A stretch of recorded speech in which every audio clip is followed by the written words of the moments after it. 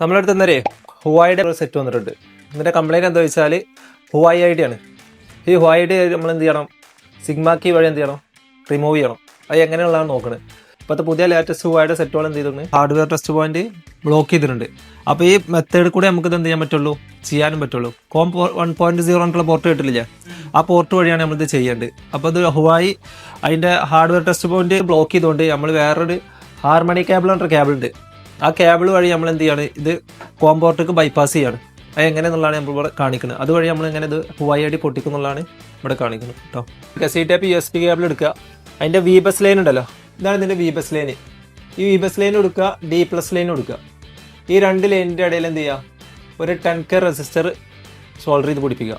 അപ്പോൾ ഇതെന്തായി, ഒരു harmony കേബിളിൻ്റെ bypassing കേബിളായിട്ട് മാറും.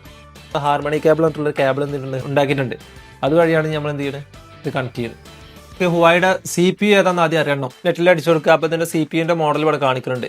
കിരിൻ 810 എന്നുള്ള മോഡലാണ് കാണിക്കുന്നത്. ഇത് നമ്മൾ സിഗ്മ കീയിൽ എന്ത് ചെയ്യണം, ഇത് കാണിച്ചു കൊടുക്കണം. കിരിൻ എന്നുള്ള മോഡൽ സെലക്ട് ചെയ്യുക. അതിന് വേണ്ടി പ്ലാറ്റ്ഫോം എന്നുള്ള ഓപ്ഷൻ എടുക്കുക ആദ്യം.